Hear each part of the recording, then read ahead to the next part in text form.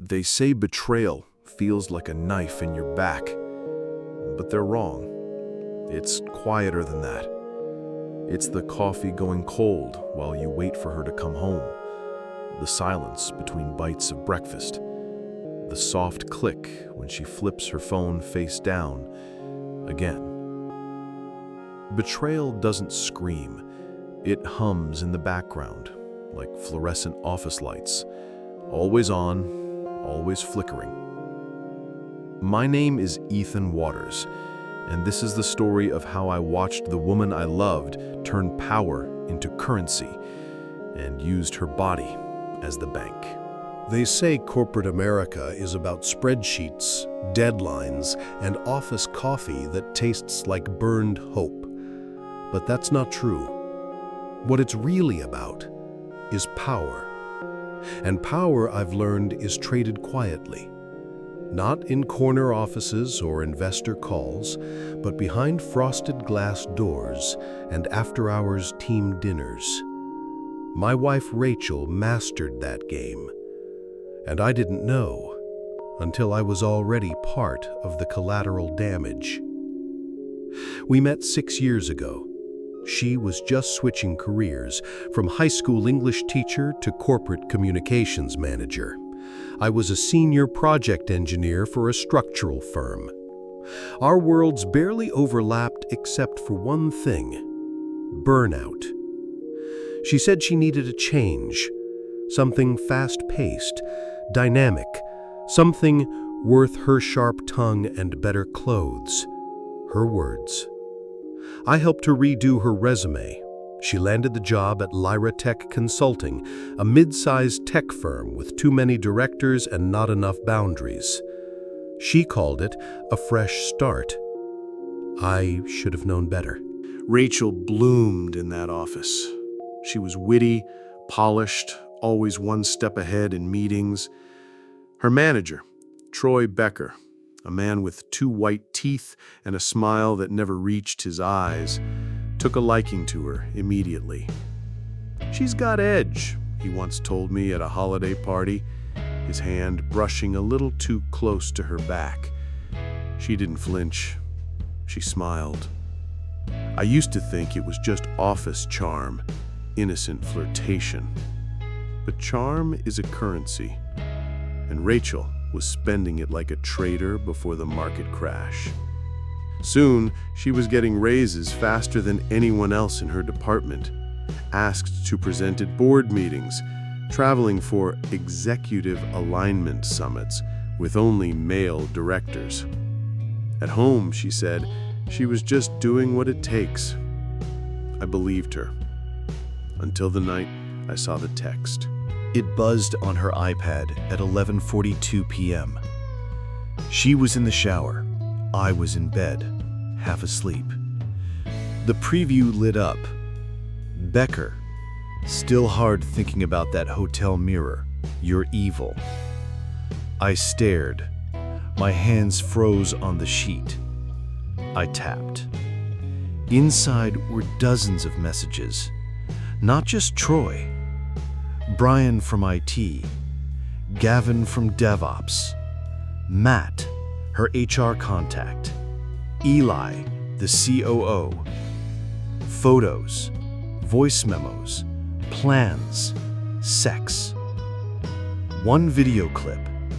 Rachel, in a silky blue robe, straddling a man I couldn't fully see, whispering, "Tell me again what you'll approve if I keep being your dirty secret."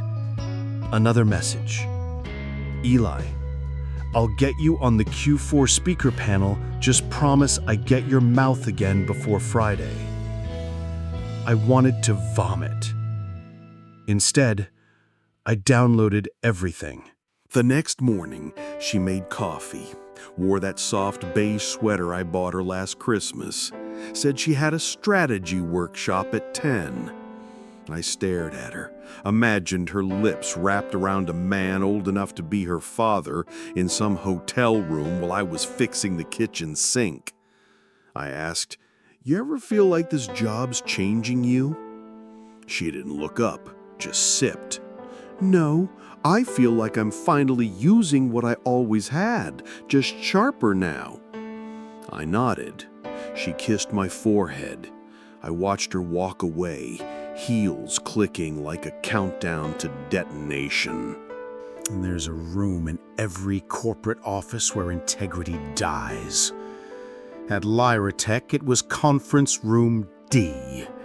It was tucked in the East Wing, away from the open concept chaos and productivity posters. The door had no window. The schedule always said internal strategy review, which meant nothing and everything. I followed her there once, parked across the street in a rental car. She had told me she was working from home, but her phone said otherwise. GPS showed her inside the office alone. At 7:13 p.m. she arrived, wearing that black pencil script with the split that only showed when she bent down to pick up her purse. At 7:26, Troy Becker walked in. No briefcase, no laptop. At 7:41, the lights in the room dimmed. At 7:58, they both left separately. No words exchanged. He lit a cigarette. She checked her lipstick in the reflection of his car window before heading to hers. It was clockwork, like it had happened dozens of times, like they had nothing left to say. I stopped being a husband. I became an archivist. I compiled everything. Screenshots of her chat logs, GPS history, swipe card access data I extracted from the IT system using a contact at her office. A spreadsheet with tabs. Troy, Brian, Gavin, Eli, Misk, intern. Voice memos, including one where Rachel laughs and says, "You can't promote me and then pretend you don't want to be inside me, Troy." It became a second job, a sick obsession. I named the folder Rachel Corruption Full. I backed it up 3 times, 2 encrypted, 1 hidden in my private email under the name Grocery Lists 2023. Every time I opened it, I hoped it would hurt less. It never did. He couldn't have been older than 23. Tidy hair, nervous smile. She called him Luke. He was tagged in a few internal selfies she posted to Slack. "Mentoring the next gen," the caption said. I didn't think much of him until I read the message. "Luke, should I bring condoms this time, or are we pretending this never happened again?" Rachel, "Bring lube.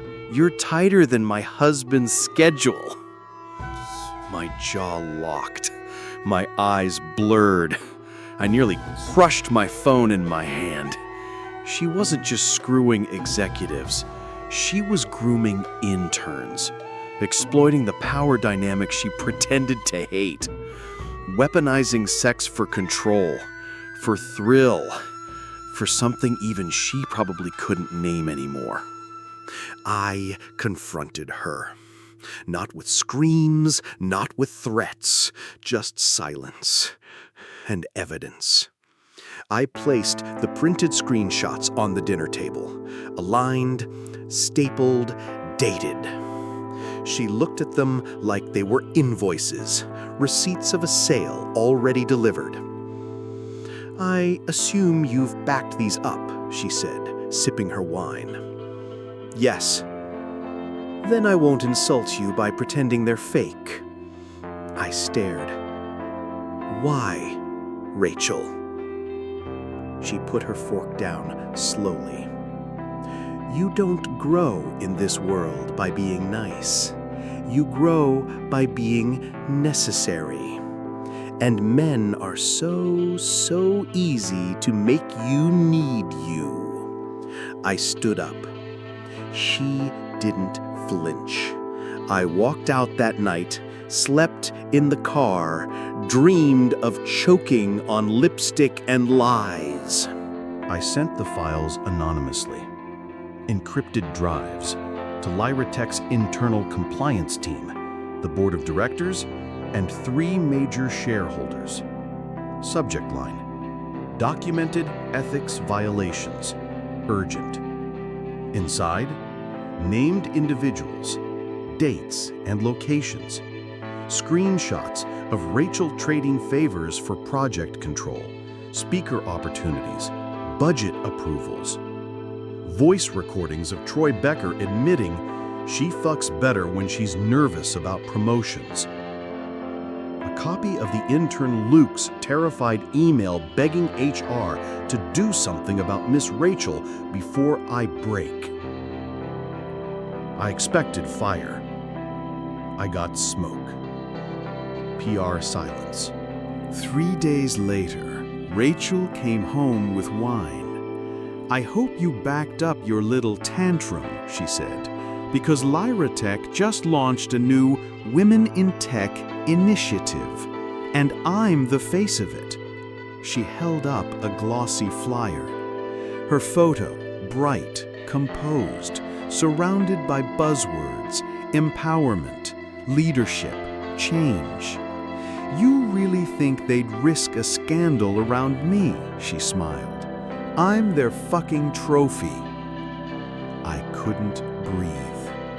Becker got suspended, pending review. The intern was reassigned. Rachel got a bonus. The board saw her as irreplaceable. And me, I was a faceless accuser, a jealous husband, a man struggling with her success. The system didn't collapse. It absorbed the rot. I stopped eating. I stopped shaving. I stopped answering calls from friends who said I looked tired. I'd wake up at 2 a.m. and just sit in the garage, engine off, keys in my lap. Once, I put the gun in my mouth, just for a second. It tasted like metal and hopelessness. I wasn't suicidal, not really. I was just done. Rachel still came home every night, still undressed neatly, still brushed her teeth for exactly 2 minutes. We didn't speak. We coexisted, like war survivors in separate foxholes under the same roof. One night, she left something on the kitchen table. A red envelope. Inside, a copy of our divorce papers. A flash drive labeled, "In case you try again." A post-it note, "You were never a match, Ethan. You were a mirror I broke because I hated what I saw." I checked the flash drive. It was video of me crying in the garage, gun in my mouth. She had security cams in the house. She recorded me at my weakest, and she kept it as insurance, as closure, as cruelty. I never saw her again. Rachel was gone. She didn't leave a forwarding address, just vanished, moved out while I was at work. Took her books, her high heels, her scent. Left behind only empty drawers and echoes in the walls. But she wasn't really gone. I'd see her face on LinkedIn, smiling beside phrases like thought leader and inspirational voice. I saw her featured in a podcast. She spoke about overcoming corporate resistance and thriving in male-dominated spaces. She called herself a survivor of systems that tried to control her. The irony was nuclear. I screamed into a pillow so loud once I ruptured something in my throat. It came from someone I never expected. Samantha, a junior associate Rachel mentored. She showed up at my doorstep 2 months later, skinny, pale, shaking. "She used me," Sam said, "just like she used them." I let her in. We sat in silence. She had a thumb drive in her hand.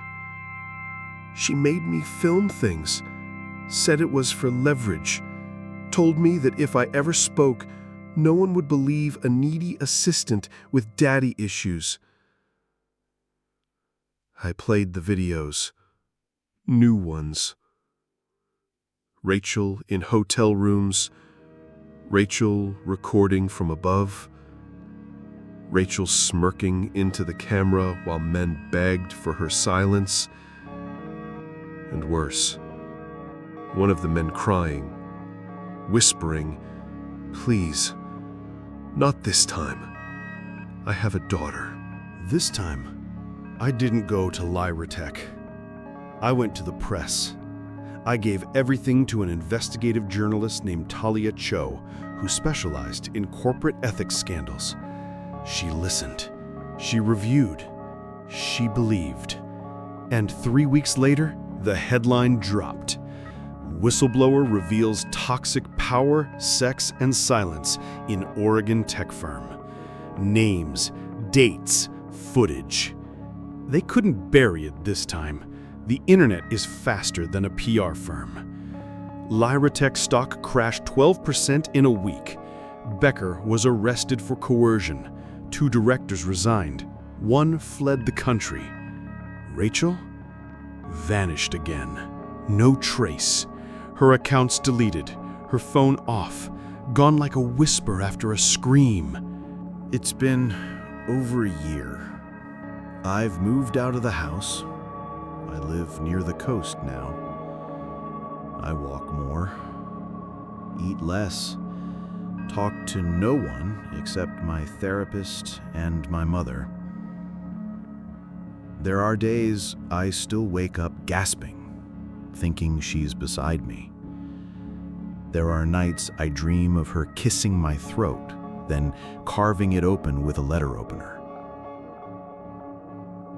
She taught me how far someone can fall when they start to believe their body is more powerful than their soul. She taught me what it means to break a man so cleanly, he thanks you for it. Sometimes, I still think about her last words. You were a mirror I broke because I hated what I saw. But she was wrong. She broke me, and now I'm something she can never control again. The package came in a plain manila envelope. No return address, no note, just my name typed in all caps. Inside, a USB drive wrapped in a silk scarf I recognized, her favorite. I stared at it for a long time, thought about burning it, flushing it, mailing it to a church. But I plugged it in. One file, a video, titled ethanfinal.mp4. I clicked. Rachel appeared, seated in what looked like a dim Airbnb, hair down, makeup minimal, no facade, just her. She looked older, hollow. If you're watching this, then it's over. Not the game, the noise. I know what you did, and part of me is impressed. You wanted answers, Ethan. You wanted to know why I fucked them, why I turned our marriage into a chessboard and slept with the enemy. She inhaled. Because I could. because they let me. Because the world doesn't punish women who play like men.